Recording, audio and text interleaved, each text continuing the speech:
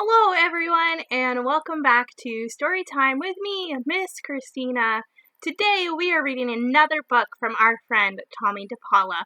This is another one that I have had since I was a little girl, and it is called Tom. It was written and illustrated by Tomie DePaola and was originally published in 1993, though this edition is from 1997.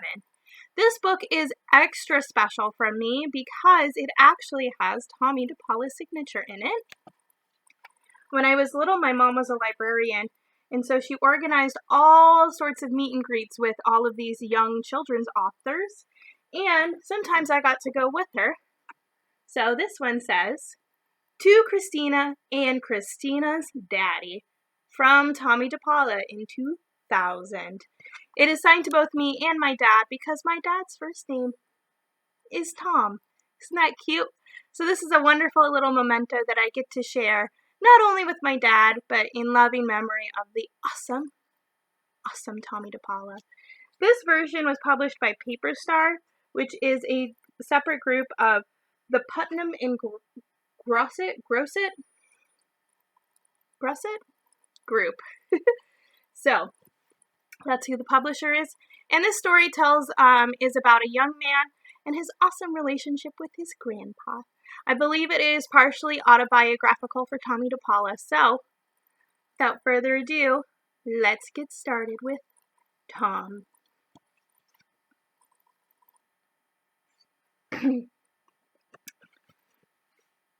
Tommy's grandfather always used to say, "We're named after each other, Tommy. That's why I want you to call me Tom instead of Grandpa." So Tommy did.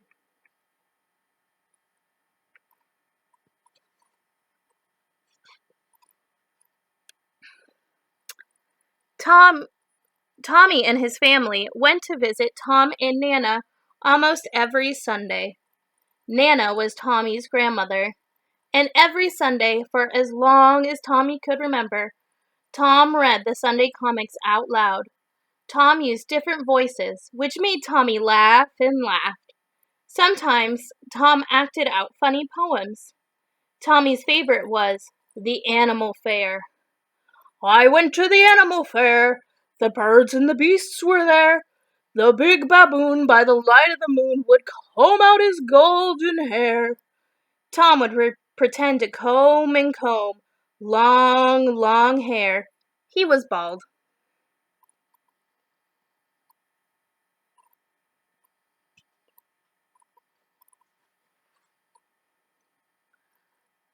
Tommy would get the giggles, and as Tom went on, he giggled louder and louder.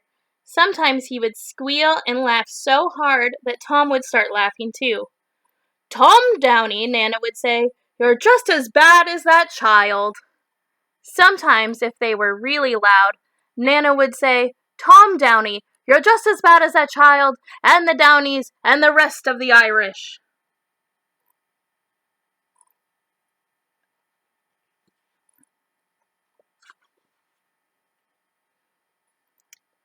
When that happened, and it was winter, Tom would say, "Come on, Tommy, let's go to the cellar and shake and shift the ashes." Tom and Nana had a big coal furnace, and Tom would shake the ashes to keep the coal burning. "Now, we'll sift the ashes to get rid of the clinkers, and we'll save the ashes to put on the sidewalk if it gets icy." Then Tom and Tommy would sit down near the warm furnace. Tom would light his corncob pipe. Nana wouldn't let him smoke it upstairs, and he would begin telling stories, some about himself when he was a little boy, and some that he made up. Tommy loved those the best.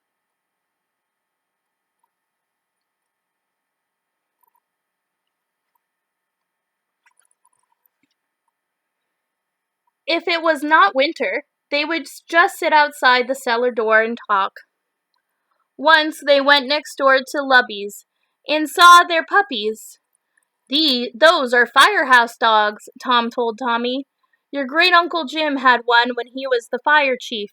His name was Sparky, and when the siren went off, he would run alongside the fire engine, all the way to the fire."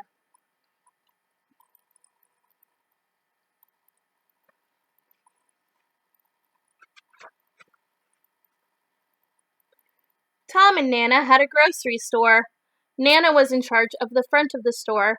Tommy helped put the cans of food on the shelves, just the way Nana wanted them, nice and neat with the labels facing out. Tom was in charge of the back of the store. He was a butcher, and behind the counter was Tom's butcher's table, where he cut up all the meat for his customers.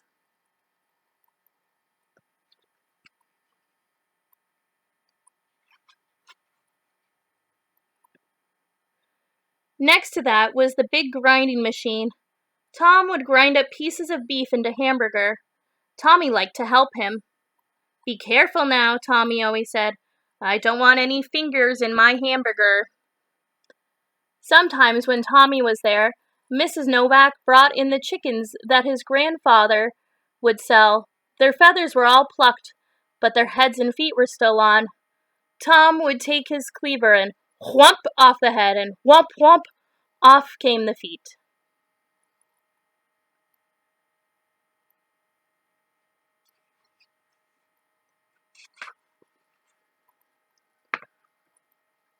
Once, Tom gave Tommy a chicken head to take home. "See this?" he told Tommy.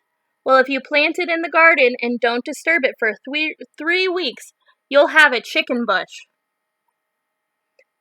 Tom put it in a bag and tied it with a string. Tommy couldn't wait to get home and bury it, but after only 3 days, he dug it up to see if anything was happening.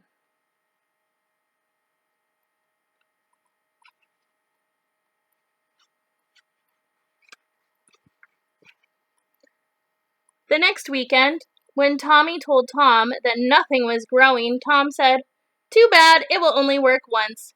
He knew that Tommy couldn't wait the 3 weeks without looking. "But let me show you something else." He picked up a chicken foot. See that little white string thing? It's called a tendon. If you pull it, the chicken foot opens and closes. Try it."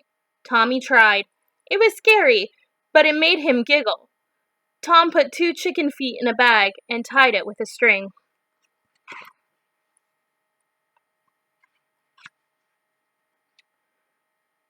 When Tommy got home, he washed the chicken feet with soap and a scrub brush. They were kind of smelly.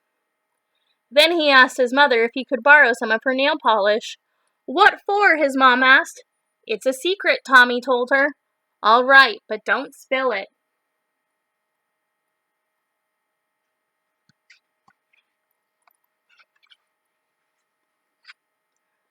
Tommy picked the brightest red and painted the claws on the chicken feet.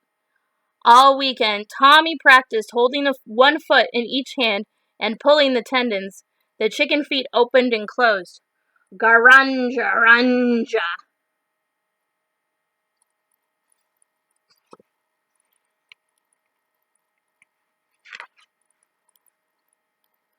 On Monday morning, Tommy took the chicken feet in his pocket and went to school. His best friend, Jeannie, was standing in the schoolyard. Tommy held a chicken foot in each hand and pulled his hands up in his sleeves so only the chicken feet stuck out. He put his arms in back of him.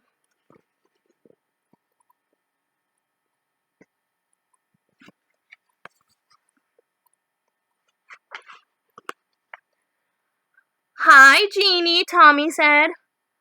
"Hi," Jeannie answered. "Garanja, ranja, eek!" Jeannie screamed.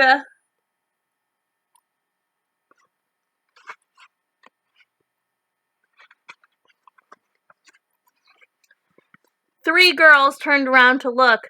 "Garanja, ranja," went Tommy, and the chicken feet. "Eek! Eek! Eek!" The girls screamed. Tommy turned. "Garanja, ranja, screech!" It was a teacher.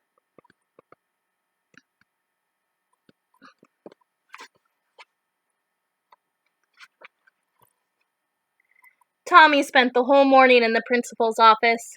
She threw away his chicken feet and sent him home with a note. And the note says, "Tommy is not allowed to bring chicken feet to school ever again. Miss Burke, principal." The next weekend, when Tommy went to visit Tom and Nana, Tommy told Tom all about it. Well, Tom said, we'll just have to think of something else to do, don't you think?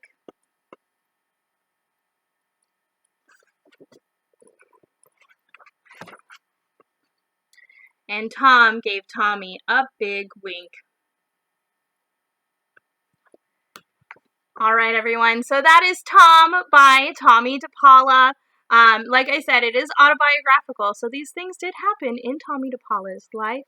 Please heed my warning and say, do not tease your friends or neighbors or anybody with chicken feet. It's not very nice.